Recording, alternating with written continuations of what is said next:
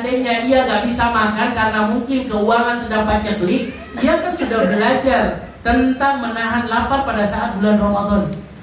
Sehingga apa? Sehingga keadaan itu sudah membiasakan diri dia. Pada bulan Ramadan juga seseorang dilatih untuk menjaga qiyamul lail, sholat tarawih 11 rakaat. Yang kalau seandainya kita perhatikan di beberapa masjid itu ada yang durasinya 1,5 jam. Di luar bulan Ramadan, Allah Subhanahu wa Ta'ala meminta kita untuk menjaga qiyamul lail juga, tapi durasinya nggak sepanjang bulan Ramadan. Coba kita renungi, berapa bulan Ramadan sudah melalui kita? Ada nggak di antara kita yang masih dengan kebiasaan kita di bulan Ramadan? Ibnu Rajab Al-Hambali rahimahullahu ta'ala mengatakan, sebaik-baik kaum, seburuk-buruk kaum adalah orang yang hanya mengenal Allah Subhanahu wa Ta'ala hanya pada saat bulan Ramadan saja. Ia bertaqarrub kepada Allah Subhanahu wa Ta'ala hanya saat bulan Ramadan saja, seolah-olah Allah zat yang menciptakan bulan Ramadan itu hanya menciptakan bulan Ramadan saja. Padahal bulan Ramadan, bulan Sya'ban, bulan Syawal itu penciptanya sama, Allah Subhanahu wa Ta'ala. Jadi kalau seandainya kita berjumpa dengan bulan suci Ramadan, jadikanlah bulan Ramadan tahun ini sebagai madrasah bagi kita untuk melatih menjadi insan yang lebih dekat dengan Allah Subhanahu wa Ta'ala. Yang terakhir adalah melaksanakan ibadah haji. Jangan pesimis dengan antrian haji yang berpuluh-puluh tahun di Indonesia. Perkara kita memiliki keuangan, kemudian kita bisa daftar haji furoda ataupun haji khusus, kalau seandainya bisa kita lakukan, maka bismillah, daftarlah. Tapi kalau seandainya kita nggak memiliki tabungan kecuali hanya untuk mendapatkan nomor porsi di haji reguler yang jumlahnya 25 juta, maka bismillah. Jangan pesimis, Ustadz, kalau seandainya hajinya bayar 25 juta, otomatis 25 tahun lagi kita akan berangkat. 25 tahun itu kita udah aki-aki, Ustadz. Ini yang namanya pesimis. Maka kalau seandainya kita hanya memiliki tabungan 25 juta, bismillah. Allah Subhanahu wa Ta'ala itu melihat kejujuran kita. Kita ini benar-benar ingin melaksanakan ibadah haji atau enggak? Kita ingin benar-benar menyempurnakan rukun Islam kita atau enggak? Hati-hati. Umar bin Khattab radhiyallahu ta'ala anhu menyebutkan, barang siapa yang memiliki kemampuan akan tetapi belum terbesit untuk melaksanakan ibadah haji, kemudian ia meninggal, maka dikhawatirkan ia meninggal dalam keadaan jahiliyah. Bahkan di dalam redaksi lain, ia meninggal dalam keadaan Yahudi dan dalam keadaan Nasrani. Wal'iyadzubillah. Di dalam hadis yang lainnya, Rasulullah SAW mengatakan, demi Allah, seorang hamba itu terhalang dari banyak kebaikan 5 tahun berlalu, tapi ternyata ia tidak mengunjungiku dalam melaksanakan ibadah umroh atau ibadah haji. Manfaat yang besar akan didapatkan oleh orang-orang yang melaksanakan ibadah haji dan ibadah umroh. Dari sekarang tekadkan dan bulatkan semangat untuk bisa melaksanakan ibadah haji. Kalau seandainya kita lihat, mungkin di rumah kita ada aset yang bisa kita jual, kenapa enggak? Mungkin kalau seandainya kita lihat rumah atau mungkin mobil yang bisa kita jual, ternyata kita memiliki 3 mobil ataupun 2 mobil, bisa dijual 1, bisa dijual 2 untuk melaksanakan ibadah haji, kenapa enggak? Hadirin yang semoga dirahmati oleh Allah Subhanahu wa Ta'ala, inilah hadis yang ketiga yang disebutkan oleh Al-Imam An-Nawawi di dalam kitabnya Al-Arba'in An-Nawawiyah. Insyaallah kita akan lanjutkan hadis yang keempat, hadis yang menggambarkan kepada kita tentang perkara-perkara yang gaib. Ada di antara jamaah yang ingin bersedekah kepada kita membaca, silahkan.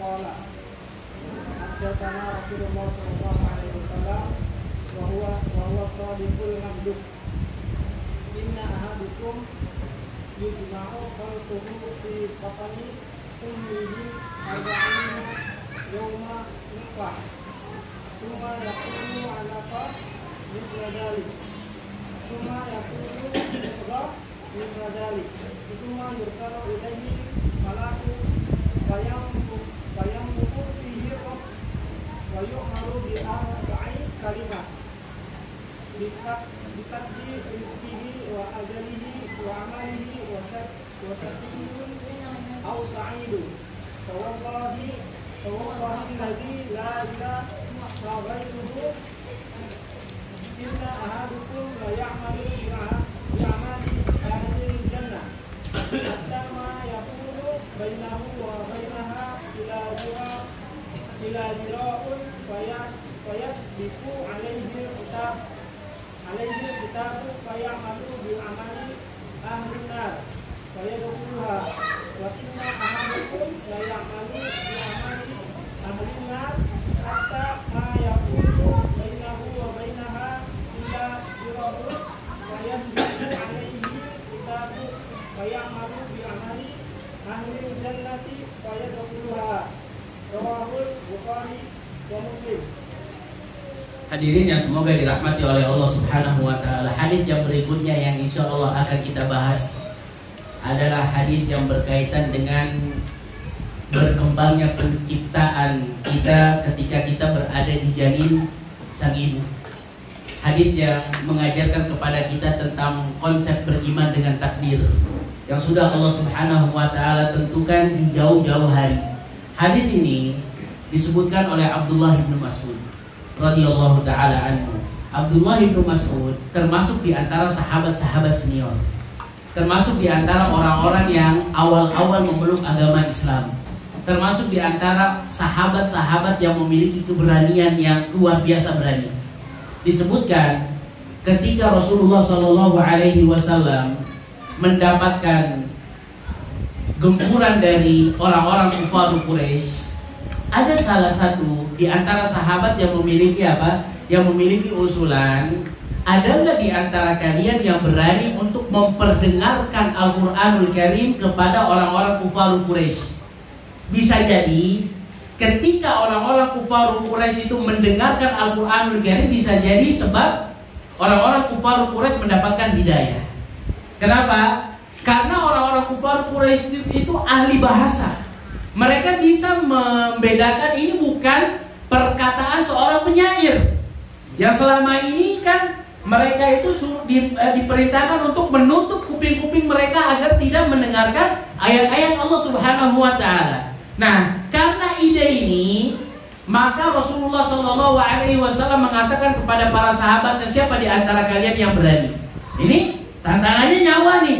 Kenapa? Kalau seandainya orang-orang kufar Quraisy memeluk agama Islam karena sebab diperdengarkannya ayat-ayat Allah Subhanahu wa taala, maka berarti berhasil. Tapi kalau seandainya enggak, malah mungkin mereka marah, muka kita itu bisa babak belur, berdarah-darah, gigi mungkin copot, bukan hanya 1, 2, 3 gigi, bahkan mungkin banyak. Maka di antara para sahabat, sosok Abdullah bin Mas'ud radhiyallahu taala anhu lah yang berkata kepada Rasulullah, saya wahai Rasulullah, saya yang akan memperdengarkan ayat-ayat Allah Subhanahu wa taala kepada orang-orang kufar Quraisy. Rasulullah Shallallahu Alaihi Wasallam mengatakan kepada Abdullah bin Mas'ud, jangan wahai Abdullah bin Mas'ud, jangan engkau. Kenapa? Karena Abdullah bin Mas'ud itu nggak memiliki kabilah ataupun suku yang kuat. Kesukuan orang-orang Arab itu kuat. Kalau seandainya ada di antara mereka yang salah, selama mereka masih dalam satu suku, itu satu sukunya itu berusaha untuk melindungi yang ini. Nah, Abdullah bin Mas'ud itu nggak memiliki suku yang sekuat itu.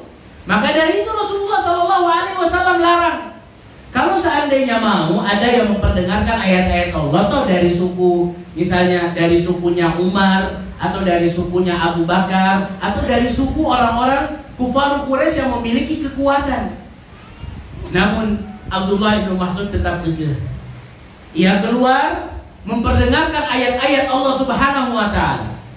Memperdengarkan ayat-ayat Allah Subhanahu wa taala kepada orang-orang kufar Quraisy di siang hari bolong. Coba bayangkan. Ia mengatakan ketika orang-orang kufar Quraisy memiliki perkumpulan, memiliki tempat-tempat duduk di daerah Makkah, di daerah Ka'bah itu ada memang majlis ataupun tempat duduknya pemuka-pemuka Quraisy. Abdullah bin Mas'ud mulai membacakan ayat-ayat Allah Subhanahu wa taala, Ar-Rahman 'allamal Qur'an. Orang-orang yang mendengar itu harapannya kan tahu ini bukan perkataan seorang penyair.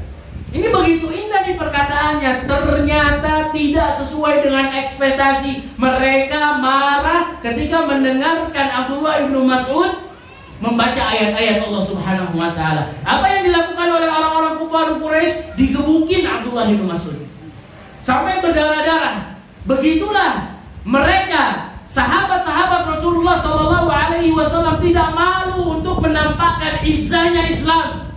Tidak malu menampakkan sunnahnya Rasulullah sallallahu alaihi wasallam. Balik dia ke Rasulullah sallallahu alaihi wasallam. Kemudian Rasulullah sallallahu alaihi wasallam mengatakan kepada Abdullah bin Mas'ud, "Bukankah aku telah katakan jangan engkau wahai Abdullah bin Mas'ud?" Apa jawaban Abdullah bin Mas'ud? "Demi Allah wahai Rasulullah, kalau seandainya engkau perintahkan aku besok kembali memperdengarkan ayat-ayat Allah Subhanahu wa taala kepada mereka, maka pasti aku akan lakukan." Inilah yang menyebabkan Abdullah bin Mas'ud menjadi sosok yang berharga di sisi Islam. Pernah satu waktu ketika Rasulullah sallallahu alaihi wasallam mendapatkan curhatan dari sahabat-sahabat yang memiliki kesukuan yang kuat dari orang-orang kufar Quraisy. Khalid bin Walid pada saat itu terlambat masuk ke dalam agama Islam. Ternyata Abdullah bin Mas'ud itu sedang naik ke atas satu pohon. Subhanallah, memang fisiknya Abdullah bin Mas'ud itu bagian belakang dari kakinya itu apa? Kecil ataupun tipis banget. Diketawakan oleh sahabat-sahabat yang melihat kondisi fisiknya Abdullah bin Mas'ud. Maka dari itu Rasulullah sallallahu alaihi wasallam mengatakan, la tasubbu ashabi. Kalau anna ahadakum anfaqa mithla Uhudin dhahaba ma balagha mudda ahadihim wala nasifa. Janganlah kalian mencela salah seorang sahabatku. Ini Rasulullah sallallahu alaihi wasallam ucapkan menasehati sahabat-sahabat yang mencela Abdullah bin Mas'ud. Tentunya larangan tersebut pun berlaku untuk umatnya. Karena selama larangan itu bersifat umum, pada dasarnya larangan tersebut berlaku untuk orang-orang setelahnya. Kemudian Rasulullah sallallahu alaihi wasallam mengatakan, demi Allah, kalaulah seandainya betis ini, betis yang kalian hina, betis yang kecil ini ditimbang, maka lebih berat betis ini kalau seandainya ditimbang dengan beratnya gunung Uhud. Apa yang menyebabkan hal tersebut? Karena kita lihat bagaimana Abdullah bin Mas'ud di dalam membela agama Islam.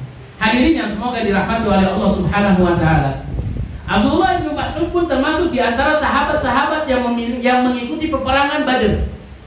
Yang mengikuti peperangan Uhud, enggak pernah absen dari jihad bersama dengan Rasulullah sallallahu alaihi wasallam. Seorang sahabat kalau udah mengikuti peperangan Badr, maka pasti ia mendapatkan janji dari Allah Subhanahu wa taala ketika Rasulullah sallallahu alaihi wasallam mengatakan i'malu ma syi'tum qad ghafartu lakum. Wahai orang-orang yang ikut peperangan Badar, lakukanlah apa yang ingin kalian lakukan. Aku telah ampuni dosa-dosa kalian. Udah dapat tawaran tuh dari Allah Subhanahu wa taala. Kalau seandainya ada yang memberikan tawaran kepada kita, itu insya Allah kita akan berlaku semena-mena. Tapi tidak. Abdullah bin Mas'ud ketika mendapatkan kesempatan untuk mengikuti peperangan Badar, kemudian ia pun mendapatkan janji ampunan dari Allah Subhanahu wa taala, ia tidak berleha-leha dengan janji tersebut. Ia tetap berjuang sampai kapan? Sampai garis finish, karena garis finish adalah kematian. Ketika Allah Subhanahu wa taala mengatakan wa'bud rabbaka hatta ya'tiyakal yaqin, sembahlah Rabbmu sampai kematian itu menjemputnya. Hadirin yang semoga dirahmati oleh Allah Subhanahu wa taala. Di antara hal yang dimiliki oleh Abdullah bin Mas'ud adalah kepiawaian beliau di dalam membersamai Al-Qur'anul Karim. Kalau ulama-ulama menggambarkan bahwasanya ilmunya Abdullah bin Mas'ud radhiyallahu taala anhu itu tentang Al-Qur'an begitu banyak. Bahkan Abdullah bin Mas'ud mengatakan, demi Allah, nggak ada satu tempat diturunkannya Al-Qur'anul Karim kecuali aku tahu arti dari kalimat-kalimat tersebut dan untuk siapa diturunkannya di mana. Kenapa kok bisa sedemikian? Karena kesungguh-sungguhan yang dimiliki oleh Abdullah bin Mas'ud. Beliau hanya seorang penggembala, akan tetapi profesi yang ia miliki itu tidak menjadi penghalang beliau untuk belajar ilmu syar'i kepada Rasulullah sallallahu alaihi wasallam radhiyallahu taala an Abdullah bin Mas'ud radhiyallahu taala anhu. Hadirin yang semoga dirahmati oleh Allah Subhanahu wa taala. Hadis keempat menggambarkan kepada kita bahwasanya hanya Allah yang mengetahui perkara yang gaib.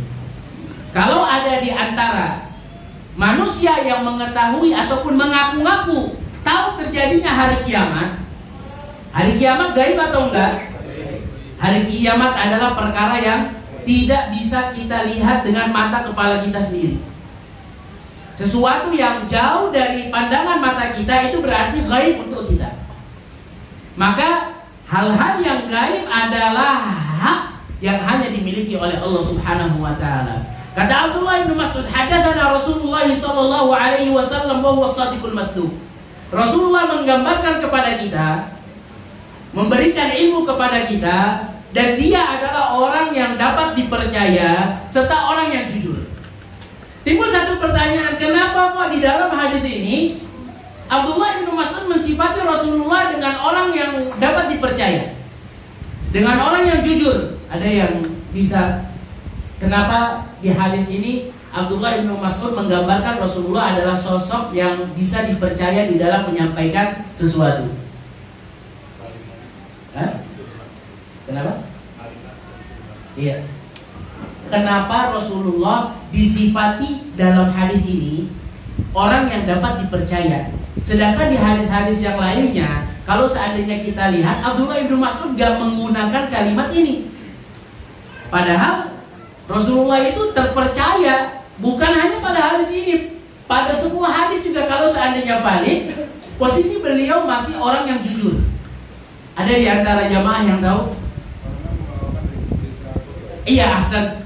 Karena yang akan disampaikan oleh Rasulullah Shallallahu Alaihi Wasallam adalah perkara yang gaib, dan ini nggak akan mungkin bisa didapatkan kecuali melalui wahyu dari Allah Subhanahu Wa Taala. Ustaz, Rasulullah Shallallahu Alaihi Wasallam mengetahui perkara yang gaib kok. Mana buktinya? Buktinya mungkin perkara-perkara yang terjadi pada saat hari kiamat. Itu Rasulullah tahu. Terjadinya hari kiamat hari Jumat. Ini sama sekali nggak kontradiksi dengan apa? Dengan pernyataan hanya Allah yang mengetahui perkara yang gaib. Secara umum, secara mutlak Allah yang mengetahui perkara yang gaib. Tapi ketika ada kabar-kabar yang di-ACC oleh Allah untuk disampaikan kepada Rasulullah, ini perkara-perkara yang gaib yang disampaikan oleh Allah melalui malaikat Jibril kepada Rasulullah, berarti hal tersebut sudah digambarkan oleh Rasulullah SAW melalui wahyu. Jadi tentang perkara terjadinya hari kiamat hari Jumat, kemudian tentang ciri-ciri terjadinya hari kiamat, itu karena memang sudah di-ACC oleh Allah Subhanahu wa taala. Dan kalau seandainya kita mengatakan bahwasanya Rasulullah nggak mengetahui perkara yang gaib, itu bukan berarti kita merendahkan derajatnya beliau, enggak. Banyak di antara kita yang mungkin terkena syubhat ataupun kerancuan. Kalau seandainya kita nggak mengakui Rasulullah itu mengetahui perkara yang gaib ataupun yang lain, berarti kita merendahkan derajatnya beliau, enggak. Ini yang kita yakini terjadi dengan Rasulullah SAW. Beliau nggak mengetahui perkara yang gaib. Mana dalilnya? Mana buktinya? Begitu banyak dalil dari Al-Qur'anul Karim ataupun dalil dari hadis-hadis Rasulullah sallallahu alaihi wasallam. Kekalahan beliau pada saat peperangan Uhud sampai gigi gerahamnya patah, sampai Hamzah ibnu Abdul Muttalib wafat. Ini menandakan bahwasanya Rasulullah nggak mengetahui bahwasanya pasukan pemanah itu akan melanggar aturan yang sudah dibuat oleh Rasulullah sallallahu alaihi wasallam. Siapa sih yang ridho pamannya wafat? Siapa sih yang ridho gigi gerahamnya itu berdarah-darah? Sampai Rasulullah Shallallahu Alaihi Wasallam berdoa kepada Allah, ya Allah tolong laknat orang ini, orang itu. Kaifa yuflihu qaumun syajju nabiyyahum? Bagaimana seorang kaum, bagaimana satu kaum itu akan beruntung kalau mereka melukai nabinya, saking gaharnya ataupun saking marahnya Rasulullah Shallallahu Alaihi Wasallam. Kalau seandainya beliau mengetahui perkara yang gaib, pasti Rasulullah Shallallahu Alaihi Wasallam akan mengabarkan kepada para sahabatnya, nanti kalau seandainya saya berikan kabar kepada kalian jangan turun, karena perkara gaib mengatakan hal yang demikian, tapi tidak. Rasulullah nggak menggambarkan secara detail kepada para sahabat ridwanullahi alaihim ajma'in. Kemudian di antara hal yang lainnya yang menandakan Rasulullah nggak mengetahui perkara yang gaib, ada perhiasan yang digunakan oleh Aisyah radhiyallahu taala anha. Yang pada saat itu Aisyah sepulang dari satu peperangan, kemudian Aisyah kehilangan perhiasan tersebut. Para sahabat Rasulullah sibuk mencari perhiasan ini di mana. Bisa jadi di tempat ini, tempat itu, semalaman suntuk mereka mencari, ternyata mereka nggak mendapatkan perhiasan tersebut sampai berjumpa dengan waktu sholat subuh. Mereka nggak memiliki air, maka muncullah syariat tayamum. Mereka nggak memiliki air, maka muncullah syariat tayamum. Coba dipikirkan secara logika. Air nggak ada, sholat subuh. Kalau seandainya Rasulullah mengetahui perkara yang gaib, pasti Rasulullah sudah memberi kabar kepada para sahabat bahwasanya perhiasan tersebut berada di onta yang dinaikkan oleh Aisyah radhiyallahu taala anha. Tapi ternyata enggak, hadirin. Jadi keyakinan perkara yang gaib itu hanyalah diketahui oleh Allah Subhanahu wa taala adalah keyakinan yang harus benar-benar terpatri dalam kalbu kita. Hadirin yang semoga dirahmati oleh Allah Subhanahu wa taala. Hadis ini adalah hadis yang berhubungan dengan asal diciptakannya manusia dari perkembangan janin di kandungan sang ibu. Digambarkan kan prosesnya 40 hari, kemudian 40 hari yang berikutnya, 40 hari yang berikutnya, sampai setelah itu baru ditiupkan rezekinya, ajalnya sampai kapan, kemudian posisinya ia akan menjadi orang yang bahagia atau orang yang sengsara. Semuanya sudah digambarkan secara detail. Timbul satu pertanyaan, kenapa kok Allah Subhanahu wa taala menciptakan kita di janin sang ibu dengan bertahap-tahap? Kalau seandainya kita tahu Allah Subhanahu wa taala maha mampu, sebenarnya kan kalau satu waktu aja udah bisa. Tapi Allah Subhanahu wa taala ingin merahmati sang ibu. Allah Subhanahu wa taala ingin memberikan kasih sayangnya kepada istri-istri. Kalau seandainya dalam satu waktu, maka pasti janin sang ibu itu akan merasa kaget.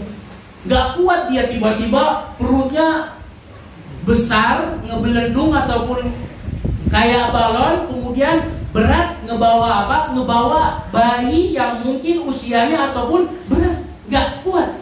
Tapi disinilah bagaimana Islam memandang kasih sayang Allah Subhanahu wa taala terhadap sang istri ataupun sang ibu. Hadirin yang semoga dirahmati oleh Allah Subhanahu wa taala. Dan hadis ini juga berisi tentang akhirnya manusia, entah itu ke neraka atau entah itu ke surga, itu hanya diketahui oleh Allah Subhanahu wa taala.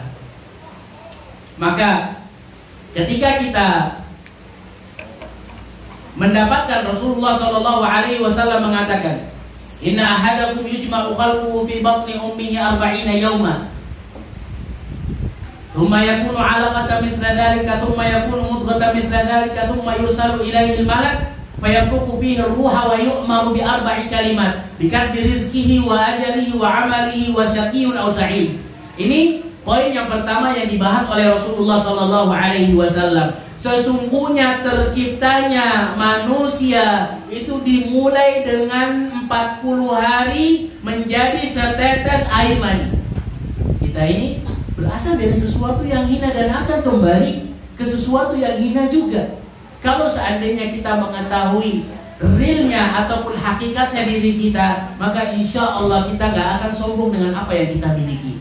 Kita berasal dari sesuatu yang hina berupa air mani 40 hari, kemudian 40 hari yang berikutnya kita berubah menjadi setetes darah, kemudian 40 hari berikutnya menjadi segumpal daging, kemudian barulah ditiupkan 4 perkara: rezekinya, kapan ajalnya, bagaimana amalannya, serta apakah dia orang yang celaka di dunia atau bahagia di dunia dan di akhirat. Hadirin yang semoga dirahmati oleh Allah Subhanahu wa taala. 4 perkara ini, bahwasannya rezeki seorang hamba sudah dicatatkan jumlah nominalnya oleh Allah Subhanahu wa taala. Kalau keyakinan ini terpatri dalam-dalam dari hati kita, insya Allah kita gak akan iri dengan rezeki yang Allah Subhanahu wa taala berikan kepada orang lain. Selama ini mungkin hati kita dipenuhi dengan hasad, gak suka kalau seandainya orang lain mendapatkan nikmat. Seolah-olah kita menyangka orang itu gak berhak mendapatkan rezeki seperti itu. Kita yang seharusnya mendapatkan rezeki itu, berarti kita gak paham dengan konsep beriman dengan takdir. Rezeki kita sudah ditakar oleh Allah Subhanahu wa taala. Dan coba ketika mengartikan rezeki itu jangan langsung ke jumlah nominal yang Allah Subhanahu wa taala berikan kepada kita. Jangan persempit arti dari rezeki. Karena rezeki Allah Subhanahu wa taala yang Allah berikan kepada kita itu banyak. Bisa mendengarkan ayat-ayat Allah, bisa menjadi penuntut ilmu, memiliki kawan-kawan yang luar biasa, memiliki istri yang solehah, memiliki anak-anak yang Masya Allah soleh, kemudian memiliki bi'ah ataupun lingkungan yang istimewa, memiliki organ tubuh yang normal, tidak memerlukan tidak memerlukan cangkok ginjal, cangkok ini dan yang lainnya. Itu pun rezeki, bahkan rezeki yang paling baik di sisi Allah Subhanahu wa taala adalah tatkala Allah Subhanahu wa taala memberikan kemudahan kepada kita untuk mentaati Allah Subhanahu wa taala. Ini rezeki yang luar biasa tingginya. Jadi bukan hanya uang, bukan hanya rumah, bukan hanya A, B, C, D. Tapi lihat, kalau seandainya Allah berikan kita rezeki bisa melakukan amalan-amalan ketaatan kepada Allah Subhanahu wa taala, ini adalah rezeki yang amat sangat istimewa di atas segala-galanya. Yang kedua, yang sudah dicatatkan oleh Allah Subhanahu wa taala adalah usia kita. Demi Allah kita akan melalui fase malaikat akan mencabut nyawa kita. Demi Allah kita akan melalui fase ketika kita di kuburan kita akan ditanya, man rabbuk, siapa Rabbmu? Wa man nabiyuka, siapa nabimu? Wa ma dinuka, dan apa agamamu? Kalau seandainya pertanyaan-pertanyaan tersebut bisa dijawab oleh orang-orang sesuai dengan kadar hafalannya, maka insya Allah kita semua bisa menjawab pertanyaan-pertanyaan tersebut. Namun permasalahannya, kita bisa memberikan jawaban sesuai dengan apa yang diharapkan itu tergantung dari amalan kita di dunia ini. Jangan sampai kita menjadi orang-orang kufar yang ketika ditanyakan man rabbuk, siapa Rabbmu, aku gak tahu. Jangan sampai kita menjadi seorang yang munafik ketika ditanya siapa nabimu, aku gak tahu. Aku mendengarkan manusia mengatakan hal yang demikian, aku ikut-ikutan. Demi Allah kita akan melalui fase itu, hadirin. Kita akan diberdirikan oleh Allah Subhanahu wa taala dan ditanya setiap detail kenikmatan-kenikmatan yang Allah Subhanahu wa taala berikan kepada kita. Nikmat ini engkau gunakan untuk apa? Demi Allah kita akan melalui fase di mana kita akan melewati sirat, jembatan yang digambarkan oleh Rasulullah sallallahu alaihi wasallam tipisnya setipis rambut, tajamnya setajam pedang. Wa 'alaiha kalalib. Kemudian di jembatan tersebut itu ada kail-kail yang akan menarik daging-daging kita. Ngeri hari tersebut. Dan semuanya sudah ditakdirkan oleh Allah Subhanahu wa taala. Kita akan akan melalui fase itu. Maka bahagialah orang-orang yang diberikan kesempatan oleh Allah Subhanahu wa taala di muka bumi ini, ia bisa manfaatkan dengan baik. Di dalam Al-Qur'anul Karim banyak ayat-ayat yang mengungkapkan tentang penyesalan seorang hamba. Kenapa kok nggak bisa maksimal? Bahkan di akhirat nanti kita semuanya berandai-andai, ya laitani kuntu turaba. Duhai sekiranya aku menjadi debu yang bertebangan, gak dihisab sama sekali, gak diadab sama sekali. Maka sekaranglah waktunya. Sekaranglah waktunya. Jangan sampai kita menyesal di kemudian hari. Ajal kita sudah ditentukan oleh Allah Subhanahu wa taala. Tinggal pertanyaannya, sudah siapkah kita kalau seandainya malaikat maut menjemput nyawa kita? Yang berikutnya, di antara yang sudah ditakdirkan oleh Allah Subhanahu wa taala adalah amalan-amalan kita. Kita sudah ditentukan pada saat hari itu kita akan melakukan ini, pada saat hari itu kita akan melakukan itu. Semuanya sudah ditakdirkan oleh Allah Subhanahu wa taala. Dan yang terakhir, status kita bahagia ataupun sengsara pun sudah ditentukan oleh Allah Subhanahu wa taala. Kemudian Rasulullah Shallallahu Alaihi Wasallam ingin menggambarkan kepada kita di paragraf yang kedua. Kata beliau, "Fawallahi alladzi la ilaha illa ghairuh, inna ahadakum la ya'malu bi 'amali ahli al-jannati hatta ma yakun bainahu wa bainaha illa dhira' fayasbiqu 'alaihi al-kitab fay'amalu bi 'amali ahli an-nar fayadkhulaha." Begitu juga sebaliknya. Kata Rasulullah Shallallahu Alaihi Wasallam, ada di antara hamba-hamba Allah Subhanahu wa taala yang secara kasat mata amalan-amalan dia itu soleh, amalan-amalan dia itu baik, amalan-amalan dia itu positif. Akan tetapi sudah ditakdirkan oleh Allah Subhanahu wa taala dia menjadi penduduk neraka, maka ia pun akan masuk ke neraka. Begitu juga sebaliknya.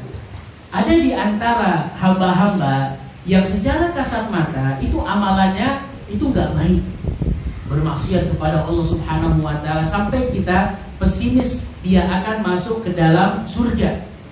Nggak tersisa dengan dirinya dan neraka kecuali jarak yang hanya sedikit. Akan tetapi takdir berkata lain. Ia melakukan amalan-amalan penduduk surga di akhir hayatnya, kemudian ia pun masuk ke dalam surga. Dan ini membuat kita untuk tidak ujub dengan apa yang sudah kita lakukan, dan berusaha semaksimal mungkin kita nggak menilai orang lain, ini penduduk neraka, ini nggak berhak untuk masuk ke dalam surga. Karena yang namanya nihaya ataupun garis finish itu hanya Allah Subhanahu wa taala yang tahu.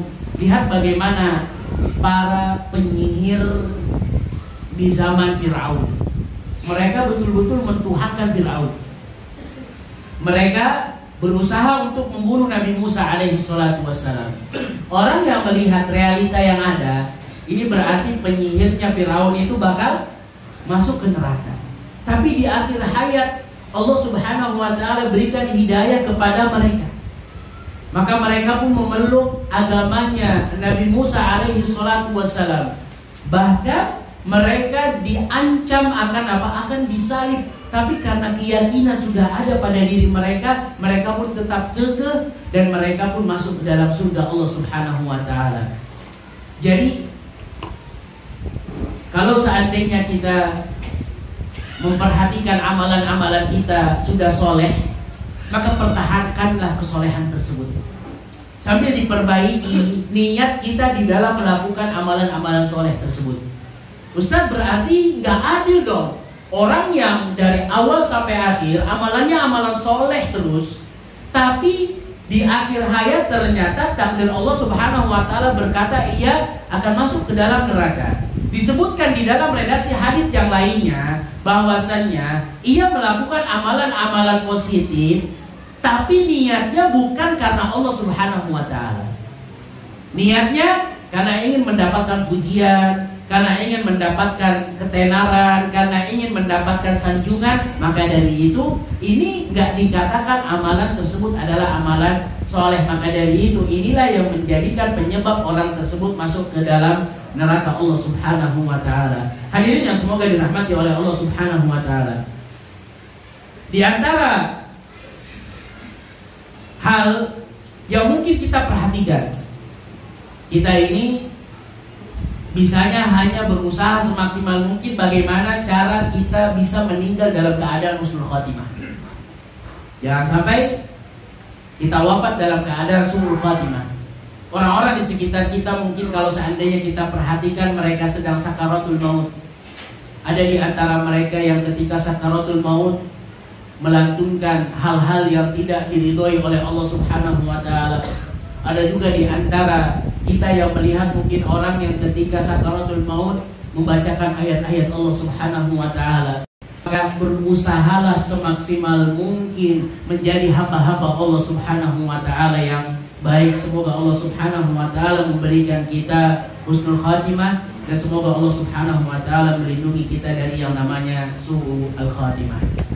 Hadis yang berikutnya, hadis yang kelima, hadis yang disebutkan oleh Aisyah radhiyallahu taala anha. Siapa di antara jamaah yang ingin membaca, silahkan.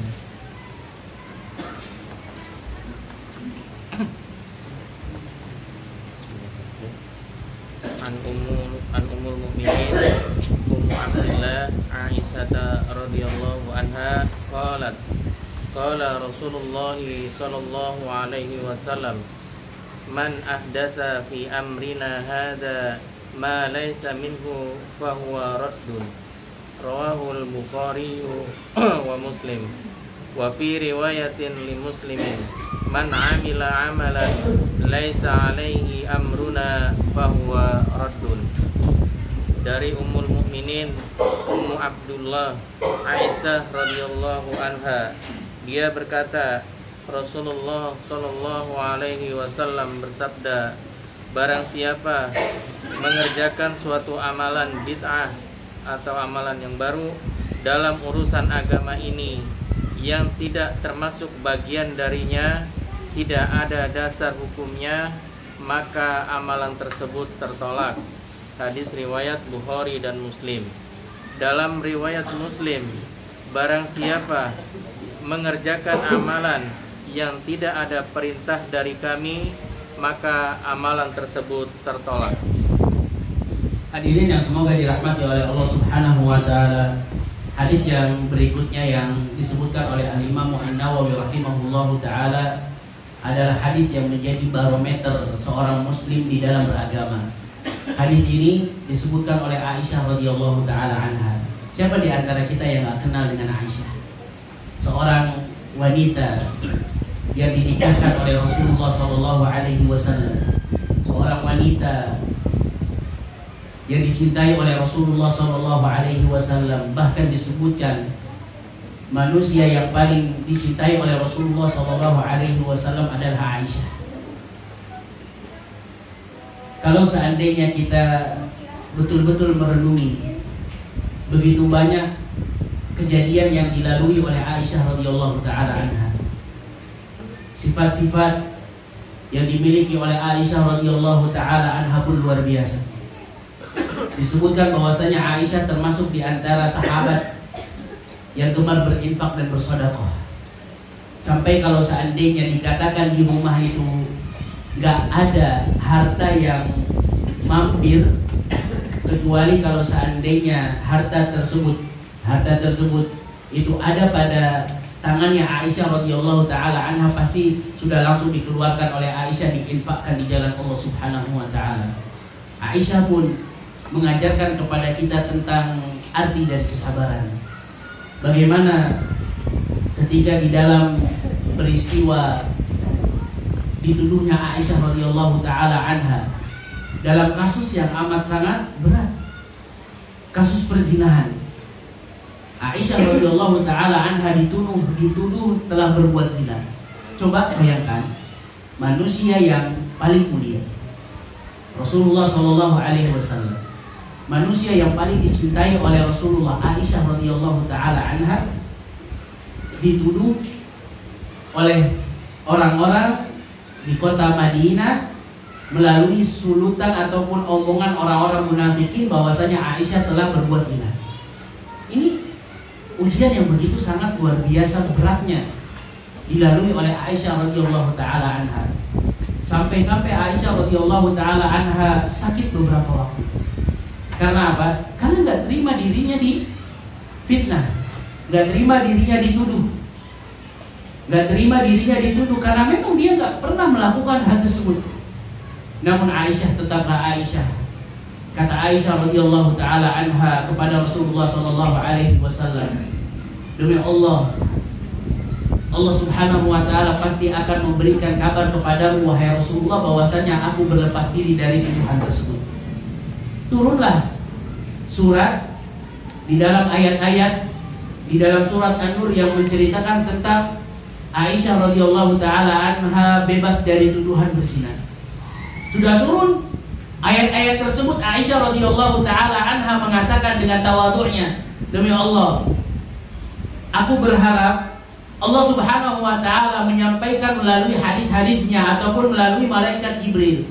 Aku gak percaya bahwasanya cerita tuduhanku itu diabadikan di dalam Al-Quran Al-Karim. Hadirin yang semoga dirahmati oleh Allah subhanahu wa ta'ala, kita semua akan diuji oleh Allah subhanahu wa ta'ala. Pasti kata Allah subhanahu wa ta'ala, wala nabluwannakum bi syai'in minal khawfi wal ju'i wa naqsin minal amwali wal anfusi wath thamarat wa basyyiris sabirin. Kami akan berikan ujian kepada kalian. Ujian itu pasti. Yang Allah subhanahu wa ta'ala berikan kepada kita itu hanya sedikit dari ujian. Ujian rasa takut sedikit, ujian rasa lapar sedikit, ujian dari kehilangan A, B, C itu pun sedikit. Kenapa kok terkadang kita ngerasa berat melewati ujian tersebut? Karena kita nggak memiliki ilmu di dalam menghadapi ujian-ujian tersebut. Karena kita nggak bandingkan ujian yang Allah berikan kepada kita itu ternyata lebih ringan daripada ujian yang Allah subhanahu wa ta'ala berikan kepada sosok sekaliber Rasulullah sallallahu alaihi wasallam dan Aisyah. Rasulullah sallallahu alaihi wasallam ketika tuduhan Aisyah radhiyallahu taala anha itu tersebar di kota Madinah, Rasulullah nggak bisa berbuat apa-apa karena nggak ada alat zaman sekarang mungkin yang bisa menemukan penemuan bahwasanya misalnya di bekas kainnya ada bekas sperma ataupun yang lainnya.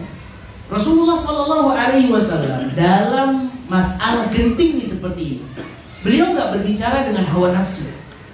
Beliau menanti ilmu dari Allah Subhanahu Wa Taala. Lihat bagaimana pentingnya berilmu. Dan ilmu inilah yang akan membawa kita bisa menyelesaikan masalah demi masalah. Ketika kita sadar bahwasanya dunia ini memang tempatnya masalah, maka kita harus membentengi diri kita dengan ilmu. Rasulullah Shallallahu Alaihi Wasallam gak asal ucap, gak juga beliau langsung memarahi Aisyah radhiyallahu taala anha, gak langsung juga Rasulullah mencerai Aisyah radhiyallahu taala anha, enggak. Rasulullah mengatakan kalau seandainya engkau melakukan hal tersebut, maka taubatlah kepada Allah Subhanahu Wa Taala. Ini yang diucapkan oleh Rasulullah Shallallahu Alaihi Wasallam. Hadirin yang semoga dirahmati oleh Allah Subhanahu Wa Taala. Berbicara tentang Aisyah radhiyallahu taala anha beserta apa yang disebutkan di dalam hadis-hadis tentang keutamaan Aisyah radhiyallahu taala anha, memberikan gambaran kepada para ummahat ataupun azwaj agar bisa meniru bagaimana Aisyah radhiyallahu taala anha di dalam rumah tangga. Cemburu, Aisyah radhiyallahu taala anha pernah cemburu. Bahkan mungkin kalau seandainya kita perhatikan cemburunya Aisyah radhiyallahu taala anha itu sampai membuat pecah perkakas yang ada di rumahnya. Tapi Rasulullah Shallallahu Alaihi Wasallam memaklumi kecemburuan Aisyah radhiyallahu taala anha. Demi Allah, mungkin ada di antara kita yang terkadang menghadapi kecemburuan yang membabi buta dari pasangannya. Bagaimana kita bisa bersikap kalau seandainya kita nggak mempelajari biografinya Rasulullah? Bagaimana ketika beliau menghadapi kecemburuannya Aisyah radhiyallahu taala anha? Bagaimana ketika Rasulullah Shallallahu Alaihi Wasallam mengungkapkan kata-kata romantis ataupun membuat perbuatan-perbuatan yang romantis untuk Aisyah radhiyallahu taala anha? Di antara hal yang disebutkan bahwasannya Aisyah radhiyallahu taala anha adalah wanita yang paling mulia di umat Nabi Muhammad sallallahu alaihi wasallam. Malaikat Jibril pun mengucapkan salam untuk Aisyah radhiyallahu taala anha. Ini pertanda bahwasanya Aisyah radhiyallahu taala anha memiliki kedudukan yang besar. Bahkan sampai sekarang pun kita bisa mendapatkan hal-hal yang bermanfaat dari jalurnya Aisyah radhiyallahu taala anha. Disebutkan bahwasanya Aisyah itu termasuk di antara sahabat-sahabat yang banyak meriwayatkan hadis. Banyak yang menukilkan hadisnya hingga sampai kepada kita. Jadi ternyata sosok beliau yang menjadi ibu rumah tangga atau menjadi istri sang Rasulullah Shallallahu Alaihi Wasallam tidak menutup kemungkinan beliau menjadi seorang yang bisa menjadi keran-keran kebaikan. Begitu juga hendaknya sang istri berusaha semaksimal mungkin menjadi keran-keran kebaikan untuk suaminya, untuk anak-anaknya, kemudian untuk kawan-kawannya. Lihatlah Aisyah radhiyallahu taala anha dengan kesederhanaan rumah yang ia miliki. Kecil rumahnya Aisyah radhiyallahu taala anha. Akan tetapi Aisyah radhiyallahu taala anha terkenal dengan sosok yang amat sangat mulia di sisi Allah Subhanahu wa taala. Hadirin yang semoga dirahmati oleh Allah Subhanahu wa taala. Pada hadis yang kelima, hadis ini menjelaskan secara gamblang bahwasanya amalan yang baru dan tidak ada contohnya dari Rasulullah Sallallahu Alaihi Wasallam di dalam syariat Islam, maka amalan tersebut akan tertolak. Kita sih inginnya ketika melihat amalan orang lain, kita sih inginnya amalan-amalan tersebut diterima oleh Allah Subhanahu wa taala. Namun begitu banyak dalil-dalil yang ada menggambarkan kepada kita bahwasanya di sana ada amalan-amalan yang tidak diterima oleh Allah Subhanahu wa taala. Salah satu contoh ketika Rasulullah menggambarkan di antara hamba-hambanya, ada yang sholat akan tetapi yang diterima hanya 1/9 dari sholatnya. Ada juga di antara seorang hamba yang sholat akan tetapi yang diterima hanya 1/8 dari sholatnya. Ada juga yang hanya 1/7. Karena memang di sana ada amalan-amalan yang gak akan diterima oleh Allah Subhanahu wa taala. Kalau seandainya amalan-amalan tersebut gak sesuai dengan syaratnya, gak dilakukan karena Allah Subhanahu wa taala, gak dilakukan sesuai dengan SOP yang sudah diajarkan oleh Rasulullah Sallallahu Alaihi Wasallam, bagaimana mungkin amalan tersebut akan diterima oleh Allah Subhanahu wa taala?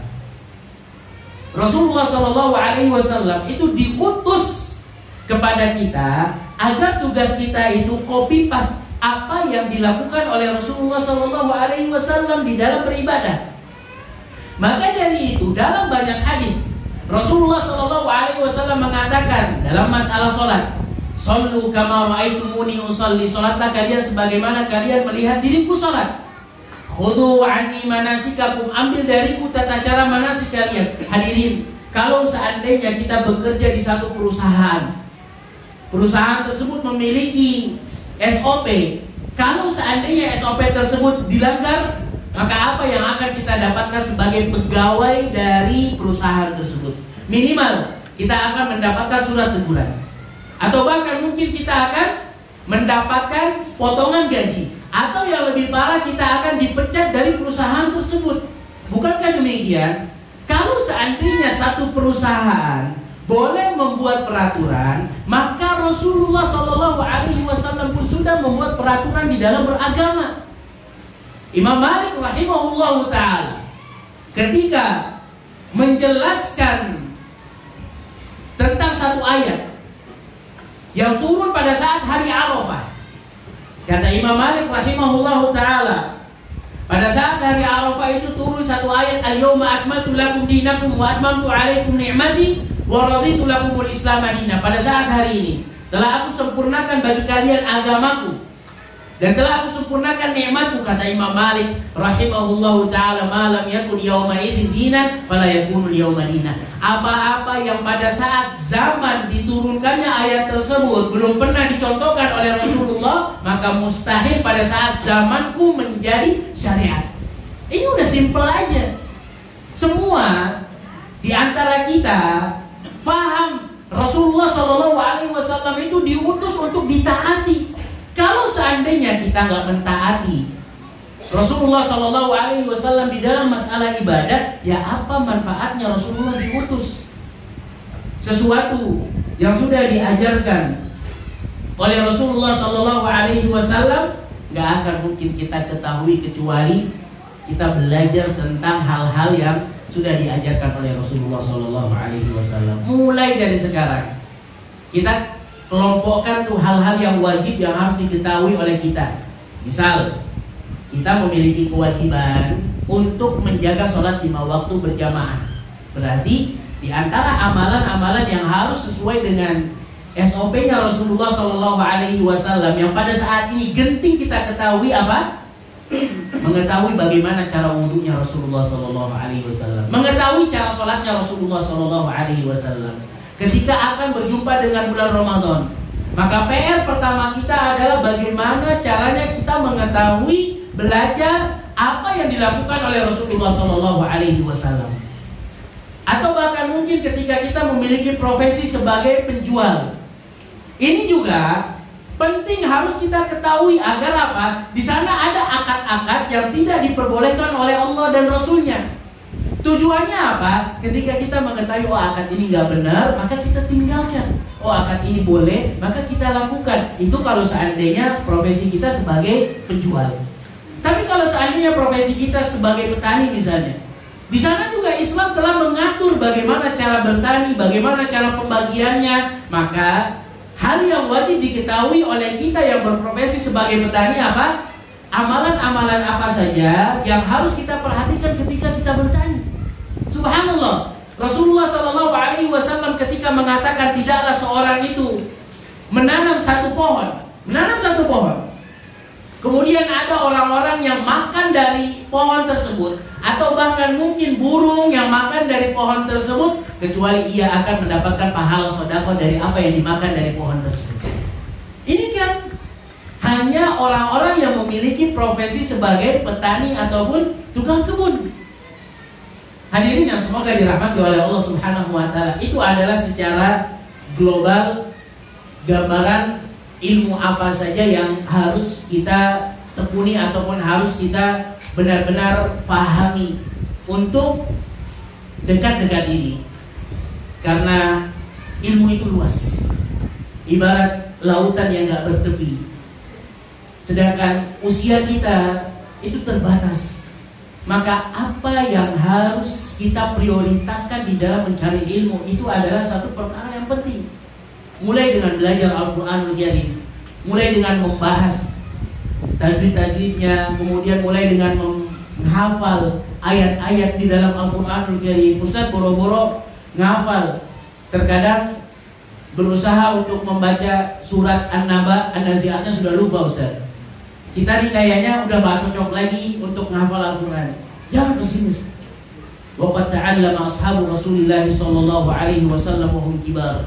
Para sahabat itu mulai belajar ketika usia mereka sudah masuk waktu senja. Memang belajar ketika usia kita senja itu sulit. Kenapa? Karena banyak aja hambatannya.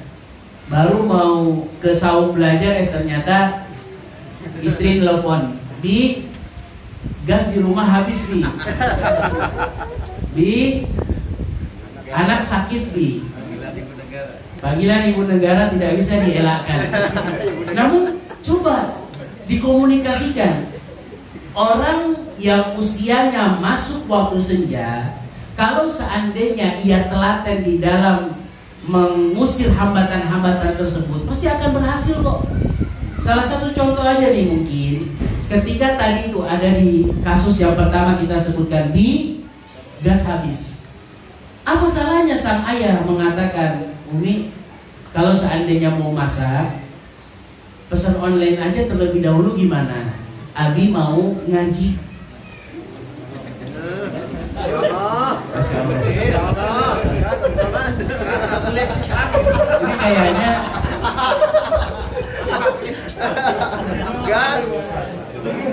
Ini kayaknya mustahil ya? Kenapa ketawa? Iya. Jadi karena waktu belajar itu kan sebenarnya terkadang kalau misalnya ada halaqah ataupun yang lainnya kan misalnya hanya setelah sholat subuh sampai waktu tertentu.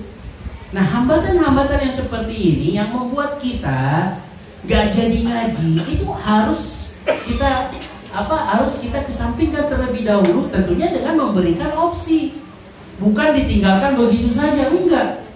Kalau seandainya bisa suami istri sama-sama belajar, kenapa enggak?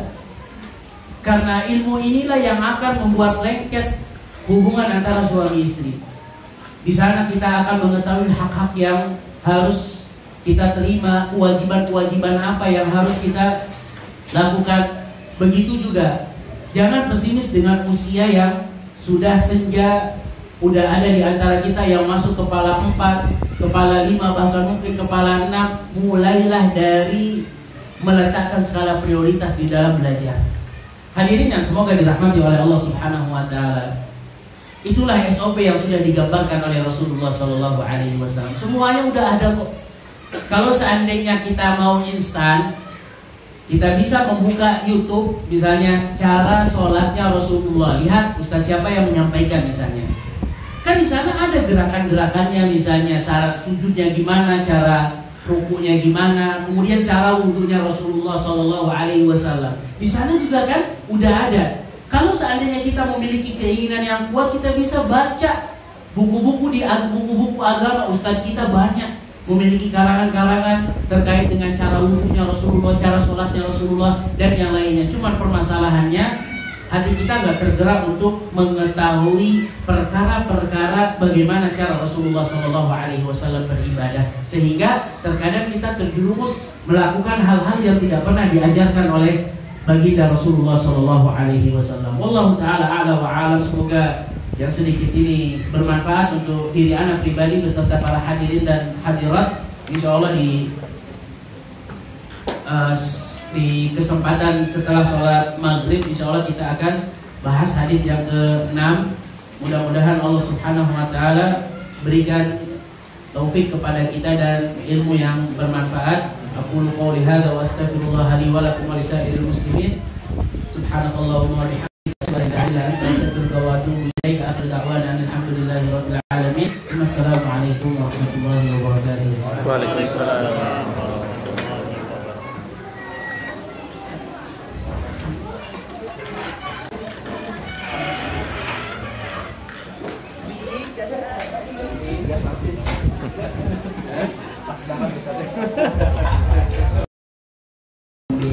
Radhiyallahu anhum wa radu'an. Orang-orang yang pertama-tama mengenal agama Islam dari kaum Muhajirin dan kaum Ansar. Mereka adalah kaum yang diridhoi oleh Allah Subhanahu wa taala. Lihat kalimat diridhoi oleh Allah Subhanahu wa taala, dan mereka pun ridho dengan apa yang Allah Subhanahu wa taala berikan kepada mereka. Ini adalah satu ujian dari Allah Subhanahu wa taala. Jadi ketika kita mendapatkan ada orang-orang yang berusaha untuk menjelek-jelekkan sahabat Rasulullah Shallallahu Alaihi Wasallam, apa kewajiban kita? Kewajiban kita adalah menjelaskan yang benar. Kewajiban kita adalah membela mereka, karena ini adalah wujud kecintaan kita kepada Rasulullah Shallallahu Alaihi Wasallam. Bahkan Al-Imam Abu Zur'ah mengatakan, "Idza ra'aita ar-rajula yantaqisu ahadan min ashabin Nabi sallallahu alaihi wasallam, fa'lam annahu zindiq." Kalau seandainya engkau mendapatkan ada seseorang yang mencela satu saja sahabat Rasulullah, maka ketahuilah orang ini adalah orang zindiq, orang munafik. Kenapa? Karena sebenarnya yang mereka tuju adalah mencela agama ini. Tapi ketika mereka gak mampu mencela agama ini secara langsung, mereka mencela orang-orang yang membawa agama Islam ini.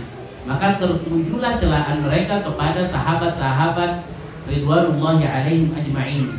Maka dari itu Al-Imam Ibnu Taimiyah rahimahullahu ta'ala mengatakan akidah yang benar yang harus dimiliki oleh orang-orang muslim adalah menjaga lisan. Menjaga lisan itu dalam artian ya tidak menjelek-jelekkan mereka, kemudian memuji mereka dengan kebaikan, dan menjaga hati dari sikap kebencian, dongkol kepada sahabat-sahabat ridwanullahi alaihim ajma'in. Bahkan seorang muslim hendaknya mendoakan sahabat-sahabat Rasulullah Shallallahu Alaihi Wasallam karena mereka lah yang luar biasa pengorbanannya untuk agama Islam.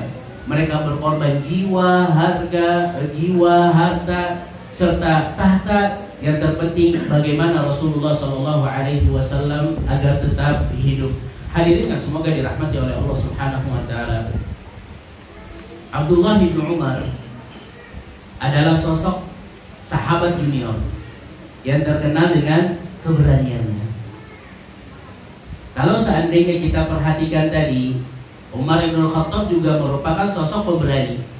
Jadi gak heran kalau keberaniannya ini tertular kepada anaknya. Coba bayangkan, ketika usianya Abdullah bin Umar itu belasan tahun, sebutlah 11 tahun, datang seruan untuk berjihad kepada para sahabat.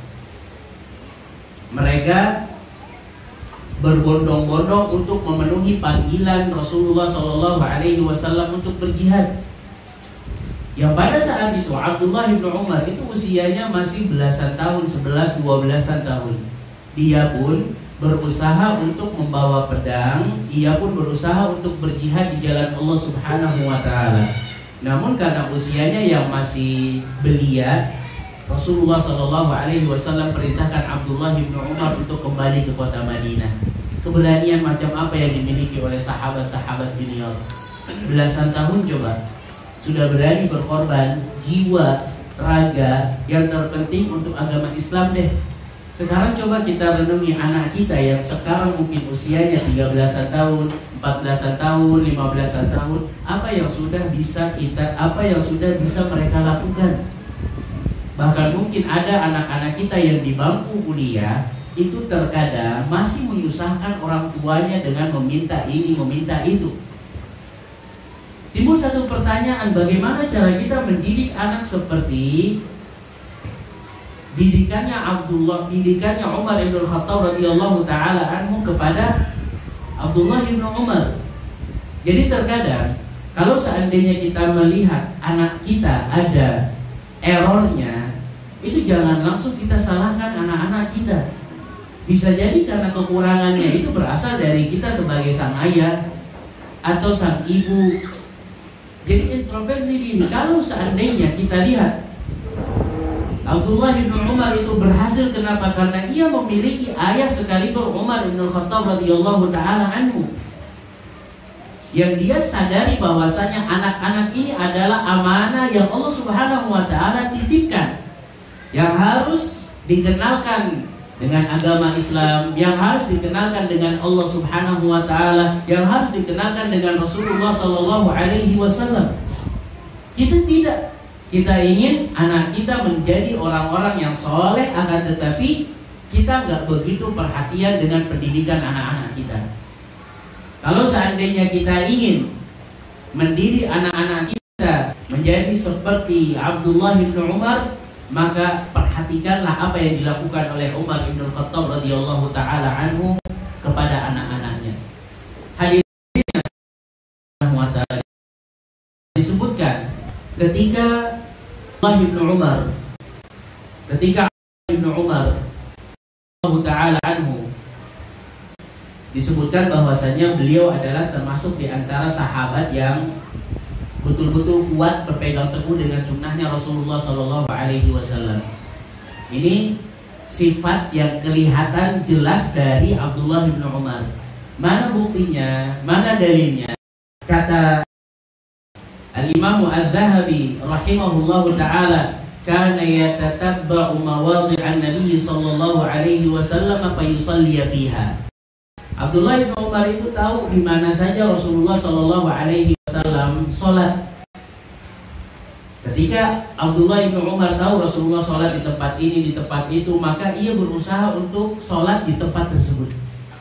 Bahkan ketika melaksanakan ibadah haji, Rasulullah sallallahu alaihi wasallam berhenti di tempat mana? Abdullah bin Umar untuk berhenti di tempat tersebut. Rasulullah mandi di daerah mana? Abdullah bin Umar berusaha untuk mandi juga di tempat yang Rasulullah Shallallahu Alaihi Wasallam mandi di tempat tersebut. Ini luar biasa hadirin. Gak akan mungkin tumbuh dari sahabat junior kecuali ada peran orang tua. Gak akan mungkin sosok Abdullah bin Umar menjadi sosok yang amat sangat berpegang teguh dengan sunnahnya Rasulullah Shallallahu Alaihi Wasallam kecuali ada peran kedua orang tua. Kita nggak tahu apakah Umar bin Khattab radhiyallahu taala anhu sering mendoakan anak-anaknya, yang tentu insya Allah jelas. Maka kalaupun di zaman-zaman sekarang ini kita melihat anak-anak kita nggak soleh, jangan pesimis dengan ketidaksolehan mereka. Terus doakan mereka agar mereka mendapatkan kesolehan, karena bisa jadi kita nggak mendapatkan kesolehan mereka ketika kita masih hidup. Akan tetapi ketika kita wafat, ternyata Allah Subhanahu wa Ta'ala memberikan hidayah kepada anak-anak kita. Gimana mungkin Allah akan memberikan hidayah kalau seandainya kita nggak berdoa kepada Allah Subhanahu wa Ta'ala? Hadirilah kajian-kajian parenting. Kajian-kajian parenting itu penting. Akan tetapi kajian parenting itu akan pincang kalau seandainya gak disertai dengan doa. Mustahil tak akan berhasil mendidik anak-anak kita kalau seandainya kita gak meminta kepada Allah Subhanahu wa Ta'ala. Inilah yang berlaku kepada Abdullah bin Umar. Dinasehati sedikit, itu Abdullah bin Umar luar biasa tersentuhnya dengan nasihat yang digambarkan oleh Rasulullah Shallallahu Alaihi Wasallam. Disebutkan ketika Rasulullah Shallallahu Alaihi Wasallam memuji seorang hamba, "Ni'ma ar-rajuli Abdullahi law kana yusalli minal lail." Sebaik-baik hamba adalah hamba yang bernama Abdullah kalau seandainya ia melakukan qiyamul lail, salat tahajud. Ketika mendengarkan nasihat ini, apa yang dilakukan oleh Abdullah bin Umar? Demi Allah, setelah aku mendengarkan nasihat tersebut, aku gak pernah meninggalkan qiyamul lail sama sekali sekalipun. Ini kan luar biasa hadirin. Dan ini gak akan mungkin tiba-tiba jadi. Kalau seandainya Umar bin Khattab gak perhatian dengan pendidikan anak-anaknya, maka mustahil akan jadi orang sekaliber Abdullah bin Umar radhiyallahu taala anhuma. Di dalam hadis ini Abdullah bin Umar mengatakan, aku mendengar Rasulullah sallallahu alaihi wasallam berkata, "Buniyal Islamu ala khams, syahadati an la ilaha illallah wa anna Muhammadar Rasulullah, wa iqamis salati wa ita'iz zakah, wa hajjil baiti wa shaumi Ramadan." Hadis yang hampir sama dengan hadis yang kedua. Hadis ini menjelaskan secara gamblang kepada kita tentang rukun Islam. Hadis ini menggambarkan kepada kita tentang rukun Islam dan fondasi agama Islam. Dan kelima hal tadi sudah kita bahas di dalam pembahasan rukun Islam ketika kita membahas hadis yang nomor 2. Jadi Islam itu seperti bangunan yang akan kokoh keislaman seseorang kalau seandainya ditopang dengan 5 bangunan inti. Kita nggak akan mungkin mendapatkan megahnya masjid misalnya kalau seandainya nggak ditopang dengan tiang-tiang penyangga berjumlah 5. Kalau seandainya tiang penyangganya hanya 1, 2, 3, bisa jadi tiang tersebut ataupun bangunan tersebut roboh. Begitu juga Islam. Kita harus betul-betul memperhatikan keislaman kita ini sudah sejauh mana. Rasulullah Shallallahu Alaihi Wasallam mengatakan, "Buniyal Islamu ala khams." Islam itu dibangun dan akan kokoh dengan 5 pondasi utama. Yang pertama, syahadati alla ilaha illallah, menyaksikan bahwasanya tidak ada zat yang patut disembah kecuali Allah Subhanahu wa taala, dan menyaksikan bahwasanya Nabi Muhammad adalah utusan Allah Subhanahu wa taala. Yang kedua, iqamis shalah. Yang ketiga, ita'iz zakat. Yang keempat, melaksanakan ibadah haji. Yang kelima, berpuasa di bulan Ramadan. Hal yang pertama yang harus kita perhatikan adalah kuatkan pondasi la ilaha illallah terlebih dahulu. Di antara para ulama ada yang mengatakan ketika kita mengucapkan la ilaha illallah itu minimal harus memperhatikan ketujuh hal.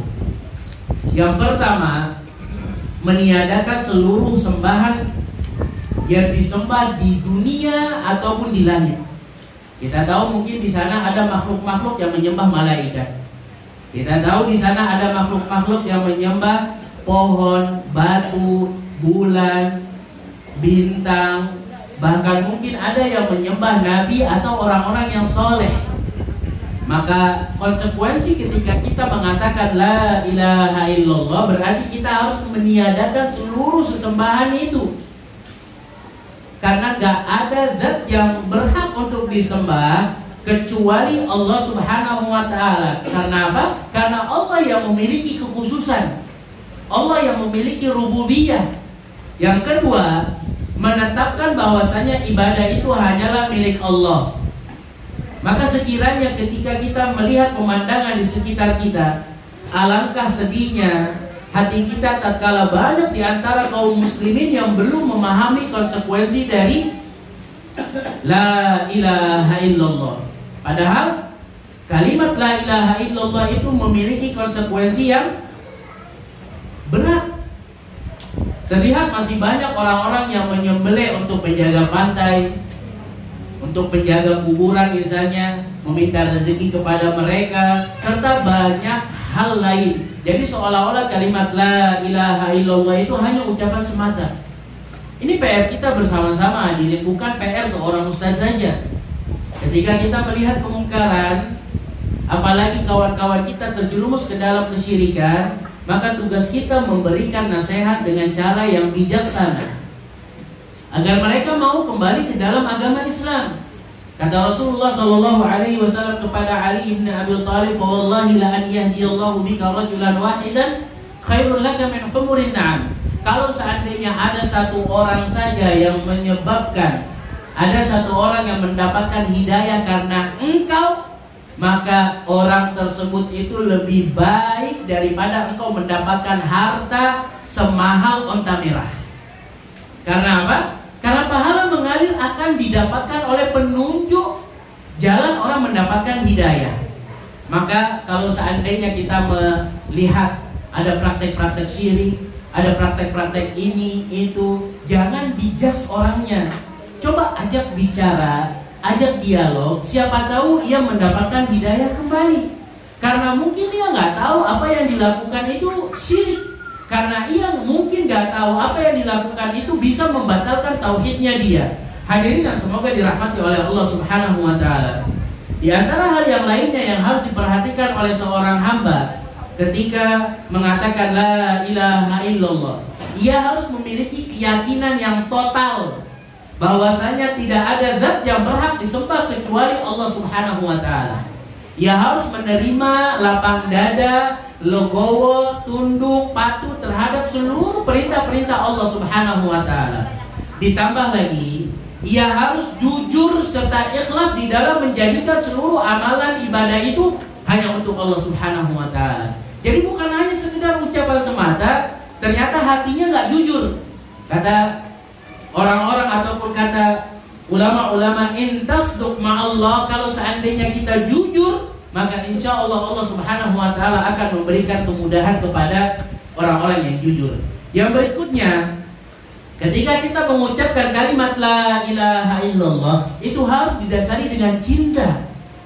Cinta dengan kalimat ini, serta cinta terhadap kandungan-kandungan apa yang ada pada kalimat la ilaha illallah.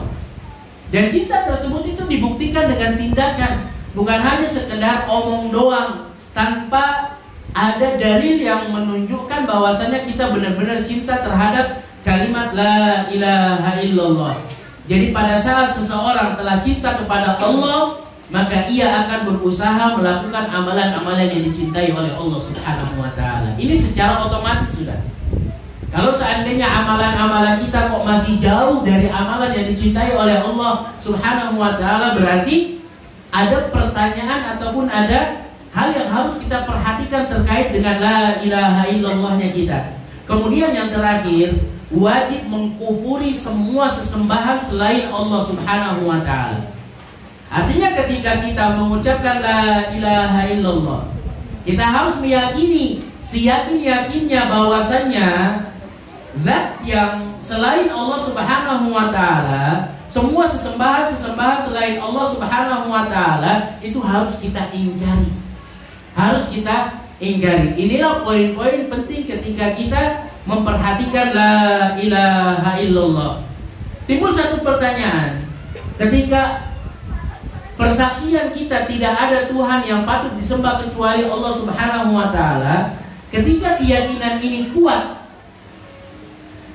ketika keyakinan ini kokoh, maka insya Allah seluruh keyakinan-keyakinan yang benar itu akan kita dapatkan. Tapi kalau seandainya keyakinan ini rapuh dalam diri kita, jangan salahkan kalau seandainya kita masih malas-malasan di dalam beribadah kepada Allah Subhanahu wa taala. Bagaimana cara mengokohkan pondasi-pondasi ini? Ya gak ada cara lain kecuali kita belajar ilmu syar'i. Belajar yang dengan terstruktur ataupun dengan apa? Dengan secara manhajiyah yang benar, metode yang benar. Adapun daurah-daurah yang seperti ini, sebagaimana yang sudah kita gambarkan, hanya sebagai pembuka cakrawala. Hadirin yang semoga dirahmati oleh Allah Subhanahu wa taala. Kemudian yang berikutnya yang disebutkan oleh Abdullah bin Umar radhiyallahu taala anhu di dalam hadis ini, ada poin penting yang harus kita perhatikan ketika Syekh bin Baz rahimahullahu taala mengatakan, orang-orang yang menjaga sholat, mereka dijamin akan mendapatkan kebaikan dan surga dari Allah Subhanahu wa ta'ala. Kemudian beliau mengatakan, alangkah banyaknya keuntungan dari menjaga sholat 5 waktu, akan tetapi sayang beribu sayang banyak di antara kaum muslimin yang tidak perhatian dengan perkara sholatnya, bahkan terlambat serta meninggalkan sholat. Allah Subhanahu wa ta'ala ketika bertanya kepada penduduk neraka, lihat pertanyaan Allah Subhanahu wa ta'ala, masalakakum fi saqar, apa yang menyebabkan kalian kok bisa masuk ke neraka saqar? Jawaban mereka, qalu lam nakum minal musallin. Mereka berkata, kami belum menjaga solat kami. Ini kan benar-benar menjadi teguran nih untuk orang-orang yang masih lalai di dalam menjaga sholat. Allah Subhanahu wa ta'ala berkata di dalam Al-Quran, fawailul lil musallin alladzina hum an sholatihim sahun. Celaka, wail itu bisa diartikan celaka, atau wail adalah satu lembah di neraka kelak. Akan Allah Subhanahu wa ta'ala berikan untuk siapa? Untuk orang-orang yang sholat. Kan luar biasa celakanya orang-orang yang sholat. Tapi jangan berdalil dengan satu ayat ini aja. Ada terusannya, alladzina hum an sholatihim sahun. Orang-orang yang lalai ketika mereka sholat, gak khusyuk lah, tidak perhatian dengan amalan-amalan hati ketika sholat.